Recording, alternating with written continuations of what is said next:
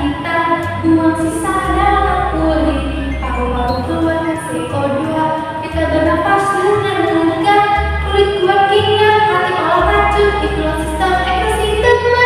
Sistem ekosistem kita pahami, badan sehat, hati pun senang. Kira-kira kenapa sih tubuh kita itu bisa mengeluarkan keringat? Ada yang tahu? Di sini gua akan tampilkan kepada anak-anak semua foto yang berkeringat saat olahraga ataupun yang banyak mengeluarkan urin ataupun pipis saat cuaca lagi dingin. Oke? Pada tahap ini, siswa disuruh mengamati pada kedua gambar tersebut apa yang membedakannya.